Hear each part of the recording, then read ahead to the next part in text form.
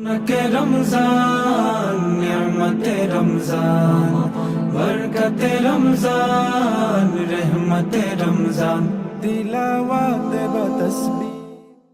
أعوذ بالله من الشيطان الرجيم.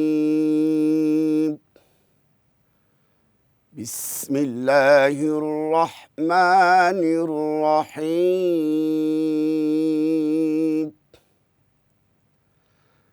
الملك يومئذ لله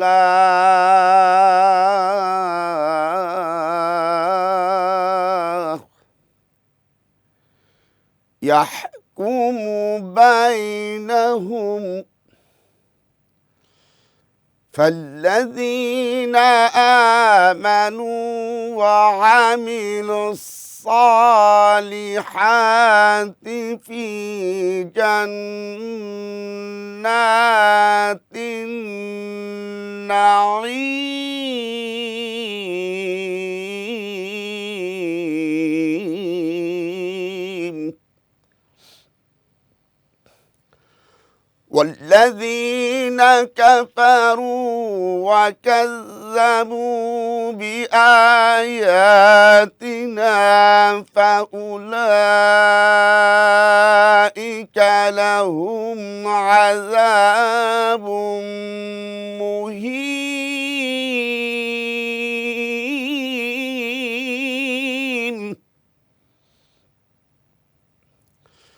والذين كفروا وكذبوا بآياتنا فأولئك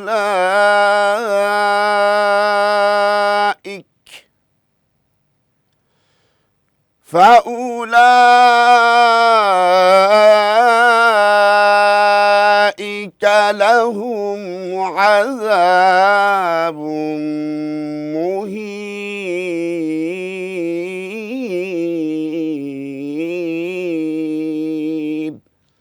صدق الله العظيم. रहमते रमजान तिलावत व तस्बीह। আসসালামু আলাইকুম ওয়া রাহমাতুল্লাহি ওয়া বারাকাতুহু। ইয়া রাব্বি লাকাল হামদু কামা ইয়ানবাগি লিজালালি ওয়াজহিকা ওয়া আযীমি সুলতানিক। আসসালাতু ওয়াসসালামু আলাইকা ইয়া সাইয়্যিদি ইয়া রাসূলুল্লাহ। সম্মানিত দর্শক শ্রোতা, আপনাদের সকলকে আমন্ত্রণ জানাচ্ছি টেস্ট মে মাহে রমাদান আজকের আয়োজনে। আমরা এতক্ষণ পর্যন্ত মহাগ্রন্থ কোরআনুল কারীমের ২২ নম্বর সূরা হজ এর ৫৬ এবং ৫৭ নম্বর আয়াতের তিলাওয়াত শুনলাম। এখন আমরা এর অর্থ এবং তাফসীর শুনব ইনশাআল্লাহ। আল্লাহ সুবহানাহু ওয়া তাআলা বলছেন, আল মুলকু ইয়াওমাইযিন লিল্লাহ। বাদশাহী একমাত্র ওই দিন আল্লাহ সুবহানাহু ওয়া তাআলার। কোন দিন? যেদিন হবে মালিকি ইয়াউমিদ্দিন, বিচার দিবস, হাসরের সে ময়দান। ইয়াহকুমু বাইনাহুম, আর আল্লাহ পাক রব্বুল আলামিন সেদিন ন্যায় বিচার করবেন। আল্লাহ সুবহানাহু ওয়া তাআলা সেদিন ফয়সালা করবেন। কি ফয়সালা? ফাল্লাযীনা আমানু ওয়া আমিলুস সলিহাত, অতঃপর তোমাদের মধ্যে যারা ঈমান এনেছে এবং নেক আমল করেছে, ফি জান্নাতিন নাঈম, তাদের ঠিকানা হবে শান্তির কানন সমূহে, জান্নাতে। আমলে সলেহ যারা করে, এমন কাজ, নেক কাজ, সৎ কাজের আদেশ দেয়, অসৎ কাজ থেকে মানুষকে ফিরিয়ে রাখে, মানুষের উপকার করার চেষ্টা করে, বিপদে আপদে সাহায্য সহযোগিতা করে, তাদের ঠিকানা জান্নাত। কিন্তু তাদের শর্ত হচ্ছে ঈমান হতে হবে পরিপূর্ণ। রাসূলুল্লাহ সাল্লাল্লাহু আলাইহি সাল্লামের প্রতি ভালোবাসা, ফেরেশতা এর প্রতি ঈমান, আল্লাহর প্রতি ভালোবাসা, আল্লাহ রাসূল যা বলেছেন তা মানতে হবে, তাহলেই জান্নাতের মেহমান হওয়া যাবে।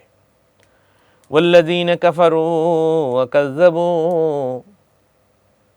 আর নিশ্চয়ই যারা কুফরি করেছে, আল্লাহকে বিশ্বাস করেনি, নবীকে বিশ্বাস করেনি, আখিরাতকে বিশ্বাস করেনি, ওয়া কাযযাবু, আর মিথ্যা প্রতিপন্ন করেছে তারা, বিআয়াতিনা, আল্লাহর যে সকল আয়াত রয়েছে, আল্লাহর নিদর্শন রয়েছে।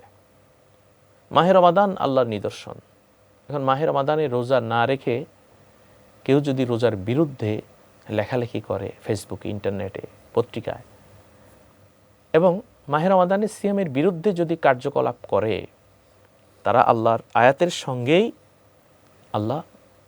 আয়াতের সঙ্গেই তারা মিথ্যা প্রতিপন্ন করল। নামাজ নিয়ে কথা বলে, নামাজ তো পড়েই না, উল্টা কথা বলে, রোজা নিয়ে কথা বলে, হজ নিয়ে কথা বলে। এমন কিছু মানুষ আছে না আমাদের মাঝে? এ সমস্ত মানুষ হলো সে মানুষ, আল্লাহ তাআলা বলছেন ফাউলাইকা লাহুম আযাবুম মুহিন, তারা সে মানুষ যারা আমার আয়াতসমূহকে অস্বীকার করেছে, তাদের জন্য রয়েছে লাঞ্ছনাদায়ক শাস্তি। অতএব আল্লাহর ভয় অন্তরে রেখে আমরা সেই বিচার দিবস, হাসরের ময়দানকে আমরা ভয় করে এই পৃথিবীতে ঈমানের জিন্দেগি, আমলের জিন্দেগি আমরা নিজেদেরকে পরিচালিত করব। তাহলে আল্লাহ তাআলা আমাদেরকে দিবেন জান্নাত, এমন জান্নাত, জান্নাতি নাঈম, জান্নাতে এমন স্থান যেখানে নিয়ামতে পরিপূর্ণ, যেখানে শুধু জান্নাতের বাগান, জান্নাতের কানন। আর যারা আল্লাহর আয়াতকে মিথ্যা প্রতিপন্ন করে এবং যারা কুফরি করে, তাদেরকে ভয় দেখান নাই দেখান, তারা কখনো ঈমান আনবে না। আল্লাহ তাআলা বলছেন তাদের জন্য ঠিকানা হলো লাঞ্ছনাদায়ক ঠিকানা, জাহান্নাম। আল্লাহ সুবহানাহু ওয়া তাআলা তাদেরকে সতর্ক করেছেন, সেই জাহান্নামেই তোমরা থাকবে, যে জাহান্নামে লাকড়ি হবে মানুষ, যে জাহান্নামের লাকড়ি হবে পাথর। আল্লাহ তাআলা এই জাহান্নাম থেকে আমাদেরকে বাঁচান। আল্লাহ তাআলা আমাদের সবাইকে আল্লাহর পথে, রাসূলের পথে কবুল করেন। সম্মানিত দর্শক শ্রোতা, টেস্টমি মাহে রমাদান আজকের এই আয়োজনে আমরা যারা রয়েছি, আমরা কি সদকাতুল ফিতর আদায় করেছি? যাকাত সঠিকভাবে আদায় করেছি? মাহে রমাদানের আমরা শেষ ভাগে চলে এসেছি। ঈদ আয়োজনে গরিব দুঃখীদেরকে কি আমরা সম্পৃক্ত করতে পেরেছি? অন্তত একটা মানুষকে এই ঈদ আয়োজনে সম্পৃক্ত করেন। আপনার এই খেদমতে আল্লাহ তাআলা আপনাকেও নাজাত দিবেন এবং আল্লাহ তাআলা তার মুখেও হাসি ফোটাবেন। আল্লাহ তাআলা আমাদের সবাইকে আল্লাহর পথে, রাসূলের পথে কবুল করুন। সম্মানিত দর্শক শ্রোতা, এখন আমরা দোয়া মোনাজাত করব। দোয়া মোনাজাতের মাধ্যমে আমাদের অনুষ্ঠান শেষ হবে। আল্লাহুম্মা আমিন। রব্বানা আতমিম লানা নূরানা ওয়াগফির লানা ইন্নাকা আলা কুল্লি শাইইন কাদির।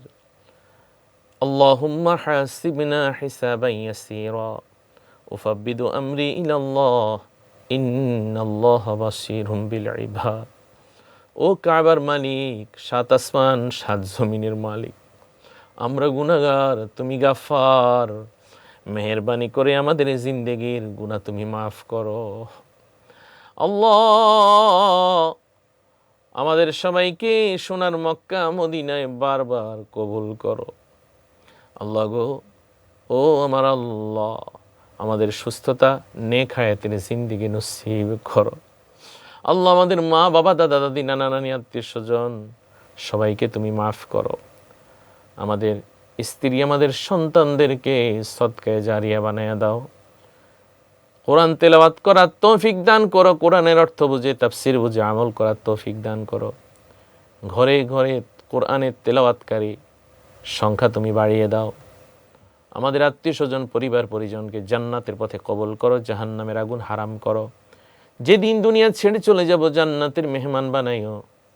আর আমাদের সবার জবানে পড়াইয়া দিও ঈমানি কলমা লা ইলাহা ইল্লাল্লাহু মুহাম্মাদুর রাসূলুল্লাহ সাল্লাল্লাহু আলাইহি ওয়াসাল্লাম। আসসালামু আলাইকুম ওয়া রাহমাতুল্লাহি ওয়া বারাকাতুহু।